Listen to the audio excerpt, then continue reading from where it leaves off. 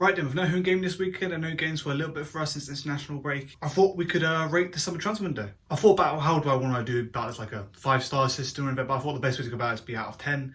So just going to our first one, we've got Harvey Knibbs.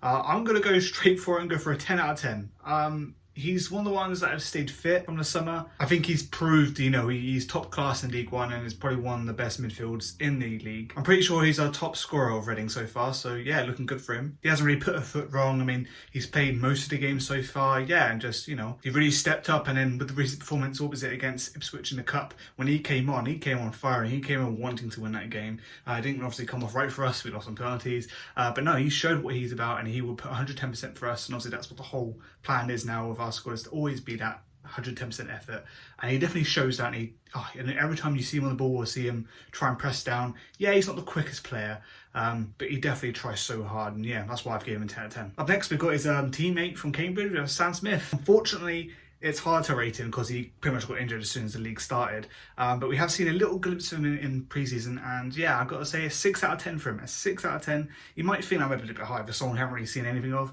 But if you look on the back of his form at Cambridge, the later half, like April time, he's pretty prolific when it comes to goal scoring. And I feel like once he gets running at Reading, once he gets a few games under his belt, he'll be there again, especially Harvey Knibbs in the team. They'll connect, they'll be able to do 1-2s, whatever, and then score and assist each other the whole season. I could really see that happening. And obviously now Andy Carroll leaving the club, you're going to really rely on that, to be honest. Our next signing was Lewis Wing, and yeah, I've gone for a 6 out of 10 as well. Same as Sam Smith, similar scenario. Obviously he's not a striker himself, I wouldn't say he'd be bagging the goals in.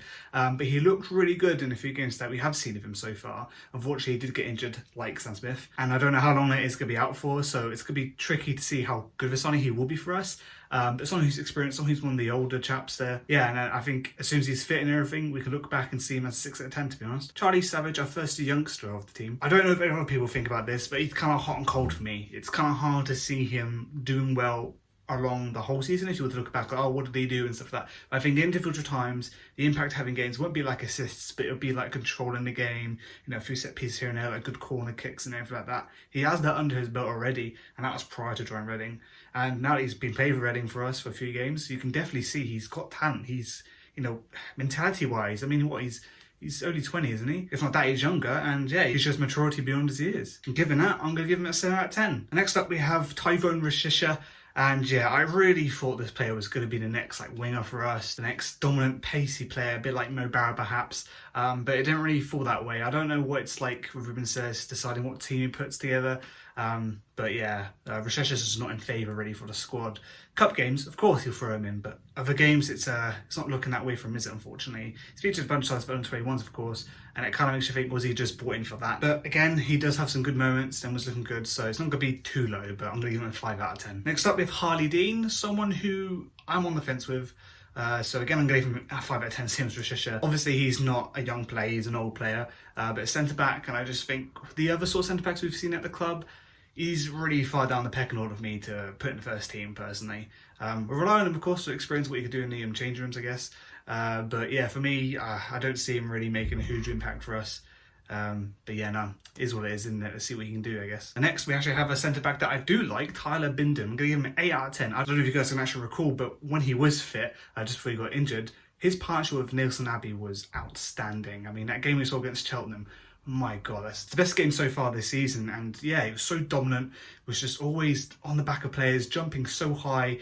And again, maturity beyond his years. It's just, can't quite put my finger on what it is that makes him so good, but he's so all round for what he's 18, isn't he? And it's kind of mind-boggling. Someone that age can just be so dominant in English football. I mean, he's come from America already. I do believe he's training with us for a few months before he actually did sign.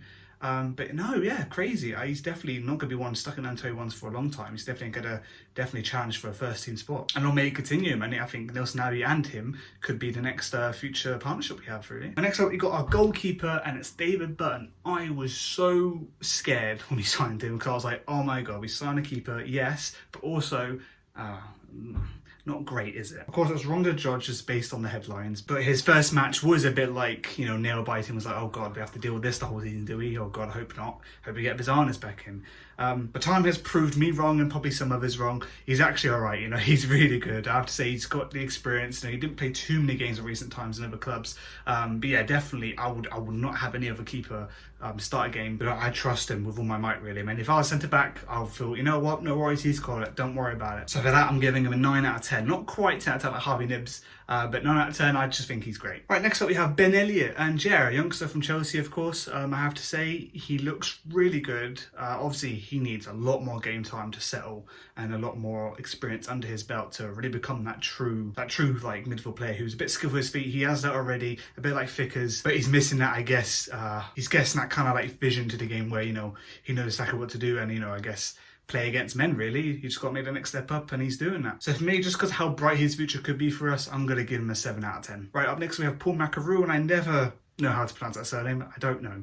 Obviously, he's got injured, which isn't great. Injury list is not looking too good. But we've got Son coming back soon, so that's all right. He's a winger, and yeah, I was pretty excited for this too. A little bit like Rashesha, I was like, oh my god, a winger, like, stuff like that. But obviously, Fresha didn't actually get a really look in. But Macaroux looked like he did. He only played like 2 games. He came on as a sub for both and then got injured the second time. So we didn't actually get a whole good look at him, but I do think, you know, he's on loan for us this season. I just think he'll do all right, but not too well if he keeps getting injured.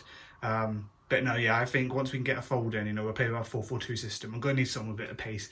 We're going to need someone who's going to be able to close things down, press, you know. Harvey Nibbs isn't that fast, so you're going to need someone always there to sort of have that. And obviously depth is important for us, so I think he's a decent signing, but not the best. So I'm going to give him a 6 out of 10. Right, our second last signing of the summer is Dom Ballard. And honestly, I have to say, I don't know much about these signings or where they've come from or their history. Obviously another youngster that's come in. He's a striker. He's on loan for the season. I have to say the timing of the signing was great because deadline day, I was like, oh, are we actually going to get anyone? Are we not? And then obviously you look at his previous games he's played. Obviously it was under 23, so it wasn't that all like glitz and glamour. But scored 2 hat-tricks. So for him to come to us and probably want to break into the first team, right, being on loan. I mean, why would you be on loan to join the under-23s? You just might as well stick with the Southampton's under-23s. So yeah, but that said, I'm looking forward to him hopefully bagging hat-tricks for us, hopefully, this season. So I'm going to go for a 6 out of 10. Our final signing that we made was a left-back, and thank God, because we were struggling in depth at the department. We have Guinness Walker, we have Carson, but that's about it. Who else do we have? I mean, we have Tom McIntyre that can fill that role, but we much prefer him at centre-back, if not centre defensive mid. But with Molo, we didn't see much of him. The only thing we've seen so far is him come off the bench, and he did not look that great, to be quite honest. Obviously, he had like 10 minutes to show something, so it wasn't enough time to really show what you're about. But obviously, sort of the goal sort of came from him. Obviously, I blame our centre-backs really. We had 3 strikers running at them, and all of a sudden, it's a goal. But yeah, the cross coming in, he could have stopped. It wasn't a great moment for him. But yeah, no, not much to really say. The fact that he's a left-back who's joined the club, the help with the depth is kind of the only positive thing we have going for him right now. I've heard he's pretty quick, so that's kind of what I have to give him really. So I'm going to give him a 5 out of 10, simply because there is nothing much really to go on about him. But yeah, all right, that's been my filing. The final score of the transfer window is right here. I haven't calculated out yet, so could be a surprise to me. Who knows? But yeah, that's been my thoughts on the summer transfer window. Let me guys what you think down below. You know, your ratings of each player, and I'll see you guys next time.